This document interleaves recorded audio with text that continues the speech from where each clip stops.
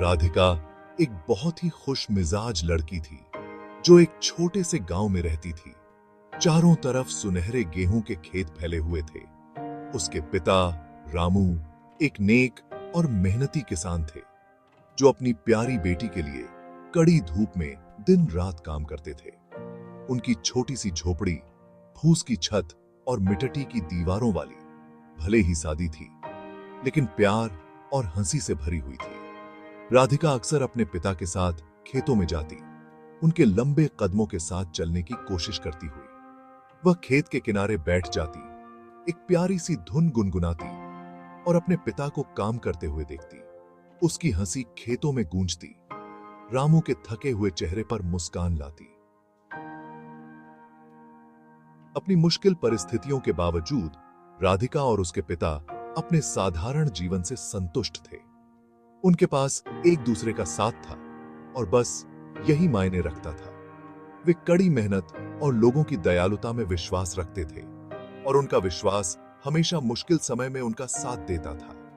उन्हें क्या पता था कि जल्द ही उनके विश्वास की परीक्षा पहले जैसी कभी नहीं हुई होगी। हर सुबह सूरज के निकलने से पहले राधिका और उसके पिता उठ जाते। उनका दिन एक साधारण प्रार्थना से शुरू होता। राधिका फिर अपने पिता को दिन के लिए तैयार होने में मदद करती, उनके दोपहर के खाने के लिए रोटी और अचार पैक करती, ध्यान से कपड़े के एक टुकड़े में लपेटती। जब उसके पिता खेतों के लिए निकल जाते तो राधिका अपने साधारण से घर के कामों में लग जाती। वह मिट्टी के फर्श को झाड़ू लगाती, उसके छोटे छोटे हाथ आश्चर्यजनक कुशलता से झाड़ू चलाते और गांव के कुएं से पानी लाती। मिट्टी का घड़ा उसके छोटे से सिर पर भारी होता। गांव वाले, एक करीबी समुदाय, राधिका और उसके पिता के लिए परिवार की तरह थे। वे अक्सर अपने साधारण भोजन और अपने दिन की कहानियां बांटते थे। उनकी हंसी गांव की धूल भरी गलियों में गूंजती थी। गांव में जीवन सरल था। उनके दिन काम, आराम और खुशी और दुख के साझे पलों की लय थे।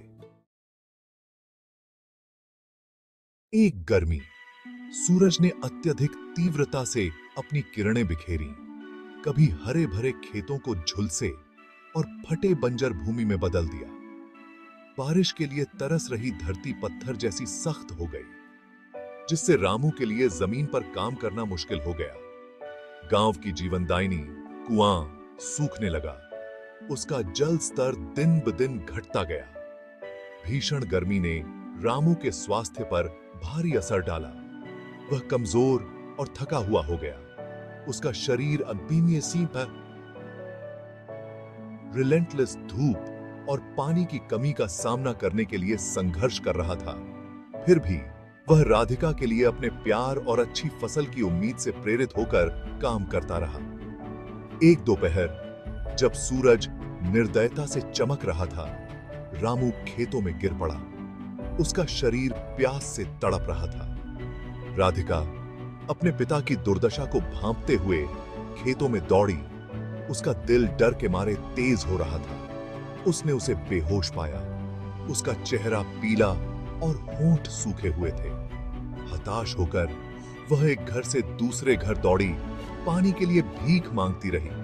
लेकिन गांव वाले खुद सूखे से जूझ रहे थे। उनके पास देने के लिए बहुत कम था।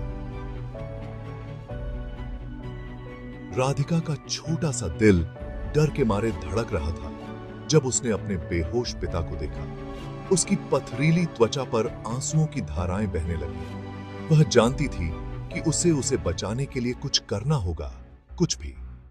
अपनी आखिरी ताकत से उसने उसे एक बरगद के पेड़ की छाया में घसीटा, जिसकी पत्तियां सूखी हवा में धीरे से सरसराहट कर रही थीं। क्षमा न करने वाले सूरज को देखते हुए राधिका ने अपनी आंखें बंद कर लीं और प्रार्थना की। उसने एक चमत्कार के लिए प्रार्थना की, पानी की एक बूंद के लिए, अपने पिता की प्यास बुझाने और उसे वापस लाने के लिए। रोने से उसकी कर्कश आवाज स्थिर हवा में उठी, एक उच्च शक्ति के लिए, एक हताश याचना। कृपया भगवान, कृपया। वह फुसफुसाई। उसकी आवाज भावना से भर गई। कृपया हमें पानी भेज दो। मेरे पिताजी बीमार हैं, उन्हें जीने के लिए पानी चाहिए।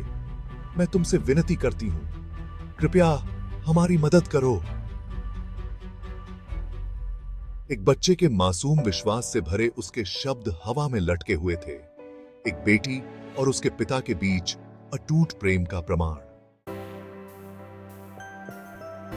जैसे ही राधिका प्रार्थना कर रही थी, भगवा वस्त्र पहने साधुओं का एक समूह क्षितिज पर प्रकट हुआ। वे अपनी यात्रा से थके हुए थे, उनके गले प्यासे थे और शरीर थके हुए थे। वे कई दिनों से यात्रा कर रहे थे, चिलचिलाती धूप से आश्रय की तलाश में, लेकिन सूखे ने भूमि को बंजर और दुर्गम बना दिया था। राधिका की चीखें सुनकर वे दया से भरकर उसके पास दौड़े। उन्होंने धीरे से रामू को होश में लाया, उसे अपनी ही अल्प आपूर्ति से पानी पिलाया। जैसे ही रामू को धीरे धीरे होश आया, साधुओं को उनकी दुर्दशा और गांव पर पड़े सूखे के विनाशकारी प्रभाव के बारे में पता चला।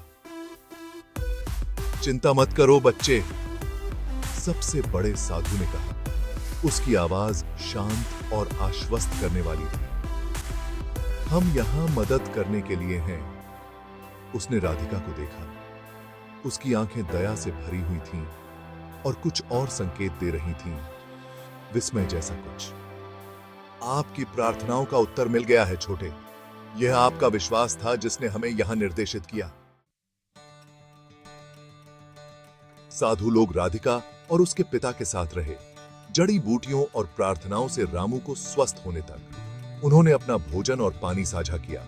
उनकी दयालुता राधिका के चिंतित हृदय के लिए एक बाम थी। जब उनके जाने का समय आया तो सबसे बड़े साधु ने राधिका के हाथ में एक छोटी चिकनी वस्तु दबा दी। यह तुम्हारे लिए है बच्चे, उसने कहा। उसकी आवाज गर्म और सुकून देने वाली थी। आपके अटूट विश्वास के लिए हमारी प्रशंसा का एक छोटा सा प्रतीक। राधिका ने अपनी हथेली की ओर देखा और एक सुंदर, जटिल, नक्काशीदार लकड़ी की माला देखी। यह एक साधारण सी वस्तु थी, फिर भी यह एक अजीब सी गर्माहट बिखेर रही थी, जो उसे शांति और सुरक्षा की भावना से भर रही थी। उस दिन से राधिका का जीवन बदल गया। उसके पिता ने अपनी ताकत हासिल कर ली और बारिश लौट आई, जिससे प्यासी धरती को राहत मिली। फसलें लहलहा उठी और जल्द ही राधिका और उसके पिता को खाने के लिए पर्याप्त से ज्यादा मिल गया। राधिका के विश्वास और साधुओं की दया से प्रेरित होकर ग्रामीणों ने अपने जीवन के पुनर्निर्माण के लिए मिलकर काम किया, और इस सब के माध्यम से राधिका ने लकड़ी की माला को अपने दिल के करीब रखा।